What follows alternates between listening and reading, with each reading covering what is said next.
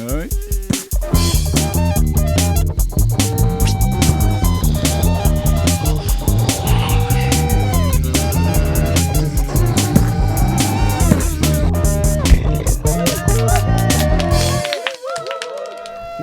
Electric Head came into being when we met in an asylum. In an asylum, that is true. In Essex. We were making a film, to be fair. Yeah, we were shooting a horror movie. Cy was acting in it. And Al was DOP. I think we both realised we shared similar influences, I guess, in comedy. The sort of crazy props of the Bonsai Dog Doodah Band and their energy. Yeah, Monty Python. Monty Python, definitely. I always like the dark stuff, like League of Gentlemen type stuff. Yeah, and me too. And that's obviously because that's what we shared really. Because Al had said that he wanted to be in a double act, and I was keen to, do you know what I mean, to start doing the comedy. I mean, I was reluctant with it to be with him, obviously, but you know, but I forced him. Beggars can't be choosers. We decided to do the traditional 6 episodes of podcasts. Basically sketches, but with no rules. Very short sketches, and they vary in quality. Some of it's a bit embarrassing to look back at, but rather, it was not what all, it was. but some of it, there were some special moments, I think, in there. And then that was well received, so we went on to do, I think, 6 episodes of narrative podcasts. So we were getting a bit more experimental. Each one was a separate story, basically, with sort of with a character arc and all that. So we learned a lot about comedy writing and sustaining like half an hour, sometimes more. The natural thing to do next was to try and perform it in front of an audience. The first ever show we did, which was the first time I'd ever performed comedy live, we were #1 Critics' Choice in Time Out. Yeah, which was a really huge achievement. We were like, what? That was based purely on the podcasts. We were in a tiny little room in the corner. We were getting dressed into loads of different characters because we had lots of different sketches that we'd used from the podcast so our character turnover was huge actually in the show. I think we must have played 20 or 30 characters at least, each. Yeah, and so we were rushing behind and getting changed, and I'd go out as one character, then Al would join me, and then it was insane, but there was an energy about it, and I think the audience got that energy. And we had done what we talked about with the bonsais and everything. I mean, I remember going through Camden, and we had literally both of us each had a rolly giant suitcase full of props and costumes for a show in a pub. Literally. So we had like a giant hippo head, and we had like musical instrument. I don't know, wigs and antlers. Yeah. It was. It was crazy. Yeah, it was crazy, but it was great. We then did some more shows at the Etc. Theatre. At the Etc. And that was great because we then thought, well, we changed it, became multimedia. So we filmed stuff and we had stuff in the background and music. Yeah, we would interact with the video. The job centre sketch. Down there. Just down there. Just down there. The job centre sketch? Yes, just down there. Fantastic. Thank you very much. I like your tie and your hat. Beautiful. Thank you.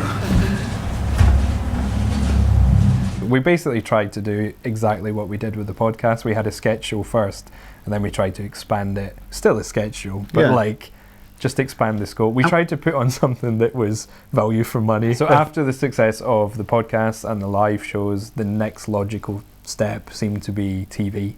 Yeah. So we started filming a pilot after that, which was a lot of the same sketches with some new stuff. We're both visual artists as well, I guess, and we like the vibrance and the colour of the live shows that we've done with all the props and things. So what are you doing? We wanted to make colours and shapes that move. It was you've just described television. And we'd heard about this Yogi Bear. This guy part of that pilot was The Wrong Way Round. Wrong Way Round, which was a spoof of Long Way Round with Ewan McGregor and Charlie Boorman. Yes, and then, following Gulliver's Travels on scooters. On children's scooters. Yeah. And that was really well received. That went so well that we put that on YouTube separately as its own little thing, and that got tens of thousands of views, I think. People loved that. And then a lot of emails from bikers who found it extremely funny and really stuff like that. So we found a little audience there. Bummy, do you remember that bumpy bit that we went over? You know when you said when it...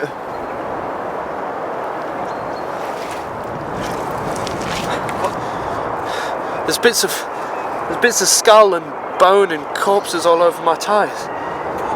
Shit. Tiny little Oh, Jesus Christ, Barmy. Trips. The realisation sank in that we'd destroyed the capital city. We'd accidentally crushed the entire population of Melenda. I was crying in my helmet. Just keep going. Just keep going. Wait, where are we going? Just keep going on. Yeah. Yeah. Fucking hell. Wipe your tyres off, Barmy. That and the pilot we started to get noticed, and we ended up working with Alison McPhail from Baby Cow, who was at the time the producer of The Mighty Boosh. Yeah. We started to develop a new pilot. And I think that was it was definitely the hardest to film. It was such hard work, really but ambitious. It really paid off. So it's about a guy that Al plays, who was. Shall I do the synopsis? Yeah, go on. So it's about an eccentric chap called Boris Karloff, no relation, and he's a genius, but he's held back by everything the world is throwing at him. And then he has an evil nemesis called Mr. Scrope. Played by Cy. Played by me. He was actually based on someone I used to work for. I know, it's true. We definitely had our voice by then, which was really strong, and I think that encapsulates it. And Alison helped us, and just everyone we met with helped us find that voice. What kind of work are we looking for precisely? Well, I had thought of going into taxidermy. You're a vegetarian, Boris. Is that not a conflict of interest to some degree? No. Look. It's an aubergine. I've taxidized him.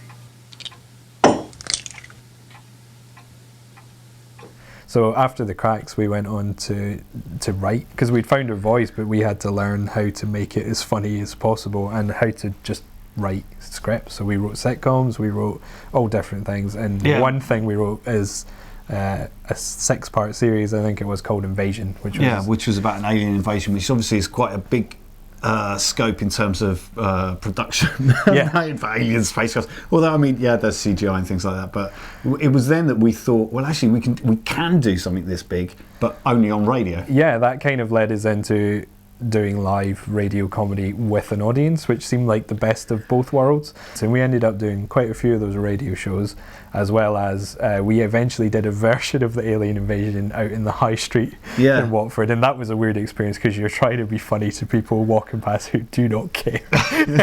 So that was an interesting experience. Yeah, we did a couple of those live radio shows on the high street. We also did the Watford Worm, which the medieval epic. Yeah, the medieval epic. I live in Watford, so I decided to set up my own comedy night in Watford, which I called Salmon on the Mount. So I did that for a little while, just bringing in comedians, and that it started off as a fairly generic comedy night, but me being me, it started to kind of devolve into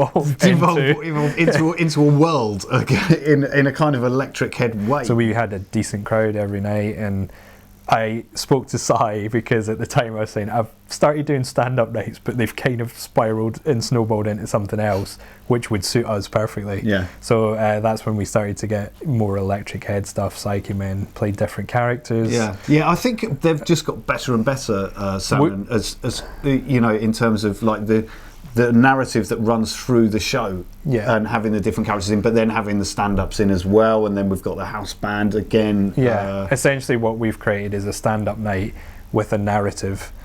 It's really good. Like, I make time off just to make sure I come in because it's so unique and it's just so its own thing. It's the unpredictability of it. You just never know what's happening next. It's by far the most weird, wonderful, extraordinary comedy night I've ever been to. Nothing like any other I've been to. It's weird, it's crazy, and it's just something different. I think they should call it Do Not Adjust Your Salmon. This is the best thing since Do Not Adjust Your Set. It's just so funny, and just love it. What's happened is the kind of Electric Head live radio show has merged together with Salmon, and then that's kind of become to encapsulate everything we've worked on. It's like our personality, really. Isn't it? Like Dante before me, if I'm in hell, I think I'd like to get to the bottom of it. You can start tomorrow, Monday. It's Friday tomorrow. In the corporate world, every day is Monday. Behold, the shopping malls of Tantalus. They call him the Spin Doctor.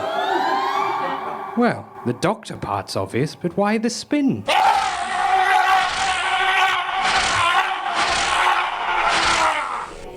Oh. Something needs to change, Karlov. You feel it. All of humanity feels it. You're right. Like Dante before me, I must take this leap. Confront the great puppet master. Whoever's in charge. Whoever's behind the horrors of my world. Thank you, Blake. Here I go. Could you give me a push? You have been listening to The Electric Head Go to Hell, live from London Horror Festival 2019 at the Pleasance Theatre.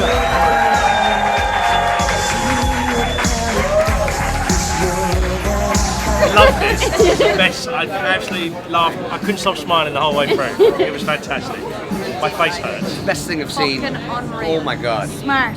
Very smart comedy. Fucking hilarious. The way they do the sound effects and all that sort of stuff is just mind-blowing, really fun.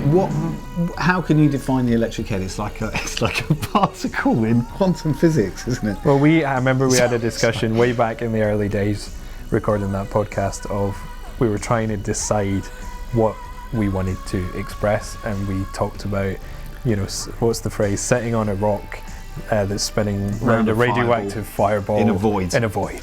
Because and to us, we found that funny. Yeah, I don't know why. No, because it's like that life is dynamic, life is amazing. Do you know what I mean? And the kind of the daily trudge. Often you don't look up and see the wonder of the universe and think, I'll go on getting philosophical. But there is a humour in the absurdity of the situation, which is we're stuck here, and we don't kind of look up and see. It's dynamic. It's crazy. Yeah, we're on a rock spinning around a. The idea is that people call what we do as surreal or silly or whatever, but we kind of see reality as being that anyway. Life is like that. Actually, you wrote that down, didn't you? Life is like that. Did you say? That's Forrest Gump. Oh, you nicked it. We, I think, just turn the dial up slightly and show you how absurd it is. But with joy, and sometimes horror. No. Sometimes tragedy. Sometimes tragedy. There is a darkness to our comedy often as well, I think, and a sadness, but mainly is kind of full of life and joy and a love of being alive, I think, isn't it? And